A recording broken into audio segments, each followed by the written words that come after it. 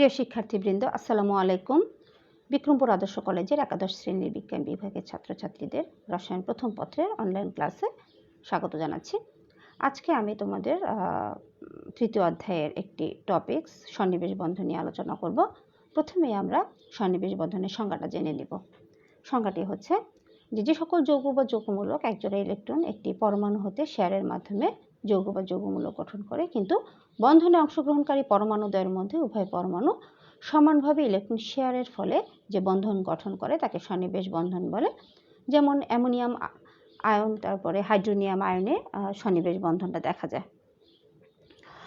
গত ক্লাসে আমরা পড়েছিলাম যে সকল পরমাণু ইলেকট্রন আদান প্রদানের মাধ্যমে বন্ধন গঠন করতে পারে না, তারা ইলেকট্রন শেয়ারের মাধ্যমে সন্নিবেশ বন্ধন গঠন করে। আর এই শেয়ারকৃত ইলেকট্রন যুগল যদি যে কোনো একটি পরমাণু সরবরাহ করে, কিন্তু উভয় পরমাণু ইলেকট্রন সমানভাবে শেয়ার করে, এই শেয়ারকৃত ইলেকট্রন যুগল যদি উভয় পরমাণু সমানভাবে শেয়ার করে, তখন যে বন্ধনটি গঠিত হয় সেটাই আসলে সন্নিবেশ বন্ধন। অর্থাৎ আমরা একথা বলতে পারি যে সন্নিবেশ বন্ধনটা হচ্ছে সমযোজী বন্ধনের একটা বিশেষ রূপ। সন্নিবেশ বন্ধনকে ইংরেজিতে কোঅর্ডিনেট কোভ্যালেন্ট বন্ড বলা হয়।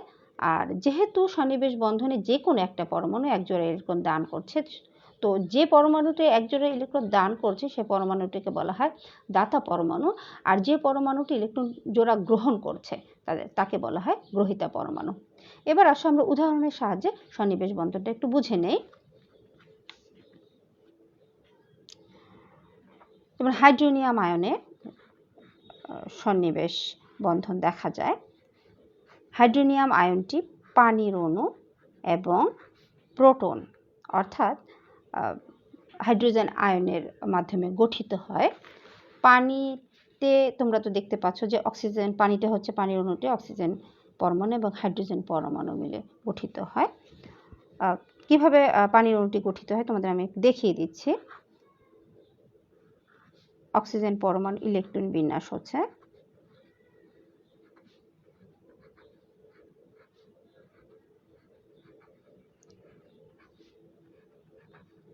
অর্থাৎ তার 2p-y এবং 2p-z এ যে একটি একটি করে ইলেকট্রন আছে, সেই একটি একটি করে ইলেকট্রন সে দুটি হাইড্রোজেন পরমাণুর মাধ্যমে সমযোজী বন্ধন গঠন করে, শেয়ারের মাধ্যমে সমযোজী বন্ধন গঠন করে।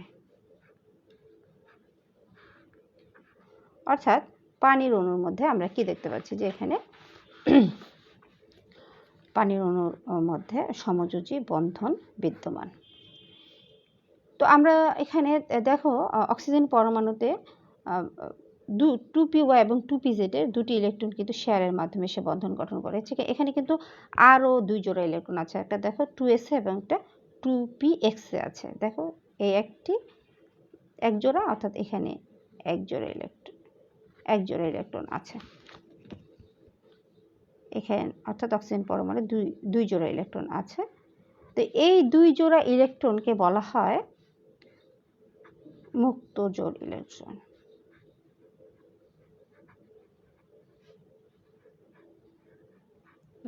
অথবা লোন পেয়ার ইলেকট্রন।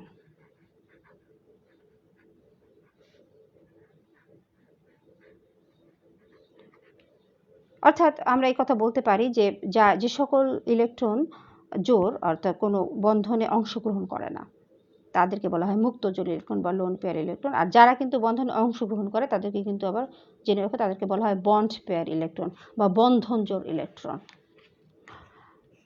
এখানে তাহলে এই যে লোন পেয়ার ইলেকট্রন আছে, অর্থাৎ মুক্ত জোড় ইলেকট্রনটা আছে, সেটা কি করে সে হাইড্রোজেন আয়নকে দান করে। হাইড্রোজেন আয়নটা তো আবার কিভাবে গঠিত হয় এটা তো তোমরা জানো যে হাইড্রোজেন পরমাণুতে একটি ইলেকট্রন আছে। তো এই ইলেকট্রন যদি সে কাউকে দান করে তখন তার অরবিটালটা কিন্তু, অর্থাৎ তার কক্ষপথটা কিন্তু তখন ফাঁকা হয়ে যায়।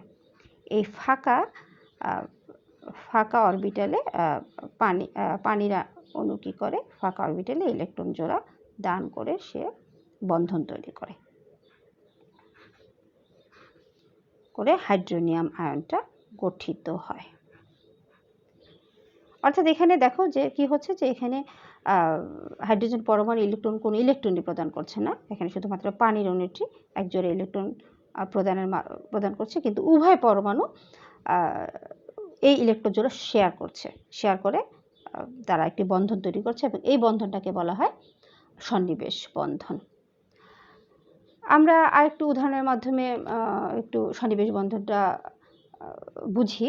এটা হচ্ছে যে আমি কিন্তু গত ক্লাসে তোমাদেরকে সমযোজী বন্ধনটা যখন বুঝিয়েছিলাম তখন কিন্তু বলেছিলাম যে দুই বন্ধুর কলেজ গেট থেকে নিমতলা যাবার দরকার এবং তারা রিক্সায় কলেজ গেট থেকে নিমতলা যেতে যাচ্ছে, তখন দুই বন্ধুর মধ্যে দুজনের কাছেই, এবং কলেজ গেট থেকে নিমতলার ভাড়া হচ্ছে, রিক্সা ভাড়া হচ্ছে 15 টাকা, কিন্তু দুজনের মধ্যে কাছে আছে, কারো কাছেই 30 টাকা নেই, দুজনের কাছেই 15 টাকা করে আছে। তখন তারা কি করলো, তাদের তো নিমতলা যেতে হবে, তখন তারা কি করলো যে একটা রিক্সা ভাড়া করলো। তো বললো যে তাহলে রিক্সা ভাড়া করে তারা কলেজ গেট থেকে নিমতলা গেল, এবং রিক্সা ভাড়া যে 30 টাকা, তখন কিন্তু দুই বন্ধুই 15 টাকা করে দিল, কিন্তু রিক্সাটি তারা দুজনেই শেয়ার করে তারা কলেজ গেট থেকে নিমতলা গেল।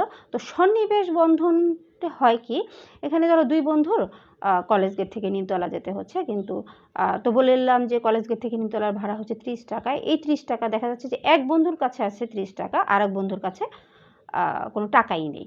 তো তাদেরকে তো কলেজ গেট থেকে নিমতলা যেতে হবে। তো যে বন্ধুর কাছে 30 টাকা আছে সে বন্ধু বলল যে চল আমরা একটা রিক্সা ভাড়া করে আমরা কলেজ গেট থেকে নিমতলা যাই, কিন্তু ভাড়াটা আমিই দিব। তো তখন তারা কি করলো, একটা রিক্সা ভাড়া করলো, তারা রিক্সা ভাড়া করে কলেজ গেট থেকে নিমতলা গেল।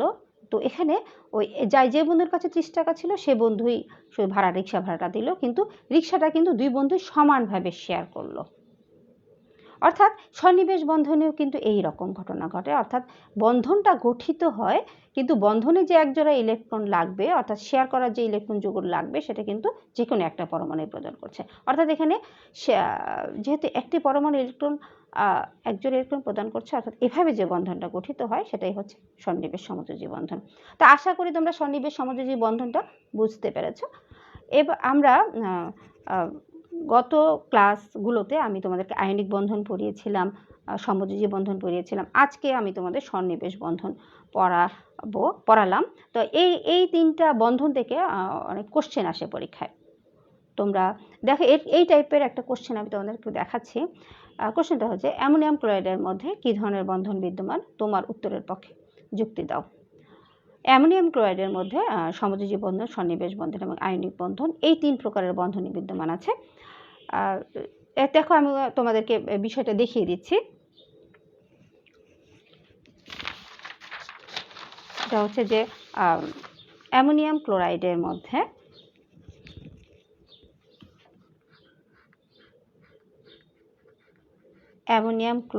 মধ্যে প্রথমে অ্যামোনিয়াম আয়নটি গঠিত হয়। অ্যামোনিয়াম আয়নটার মধ্যে আবার এর মধ্যে প্রথমে অ্যামোনিয়াটি গঠিত হয়। অ্যামোনিয়াতে সমযোজী বন্ধন বিদ্যমান। এই সমযোজী বন্ধনটা কিভাবে গঠিত হয় একটু দেখে নাও তোমরা। যেমন নাইট্রোজেনের ইলেকট্রন বিন্যাসটা হচ্ছে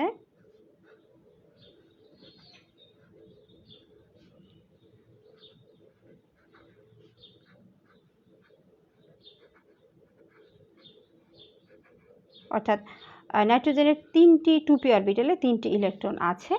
এই 3টি ইলেকট্রন সে কি করে তিনটে হাইড্রোজেন পরমাণুর সাথে শেয়ারের মাধ্যমে বন্ধন গঠন করে।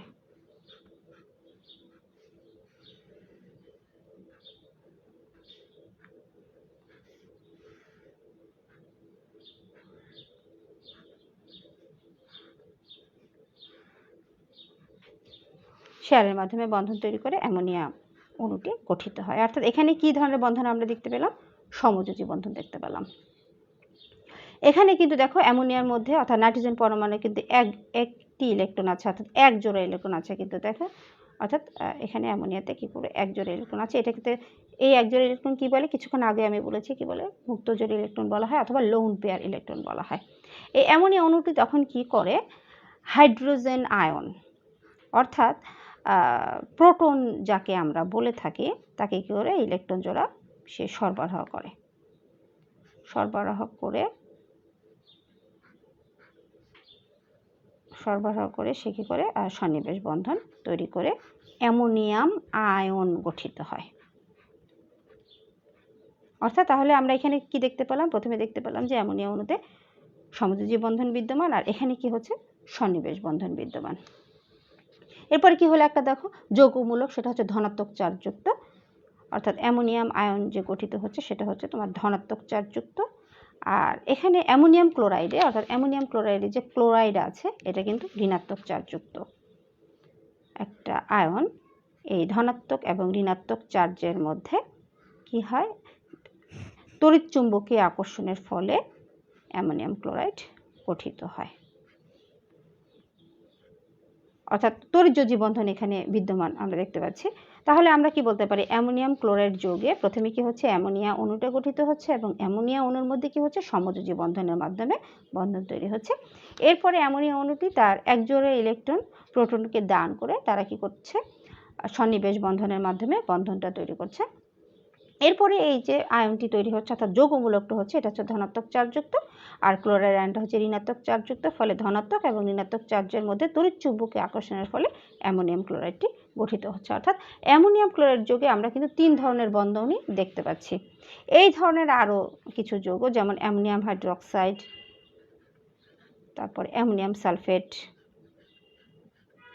এদের মধ্যেও কিন্তু এই বন্ধনগুলো অর্থাৎ 3 ধরনের বন্ধনই বিদ্যমান আছে। এই টাইপের কোশ্চেনও তোমাদের আসতে পারে। তো কোশ্চেনের উত্তরটা তোমরা কীভাবে লিখবে দেখো, আমি বলে দিচ্ছি তোমাদেরকে।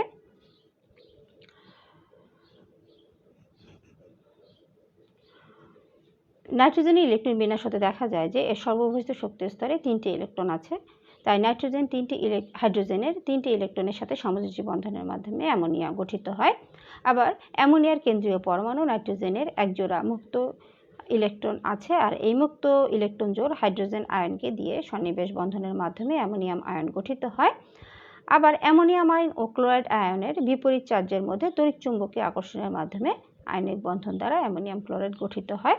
অর্থাৎ আমরা দেখতে পাচ্ছি কি যে অ্যামোনিয়াম ক্লোরাইডের মধ্যে তড়িৎযোজী, সমযোজী এবং সন্নিবেশ এই 3 ধরনের বন্ধনে বিদ্যমান আছে।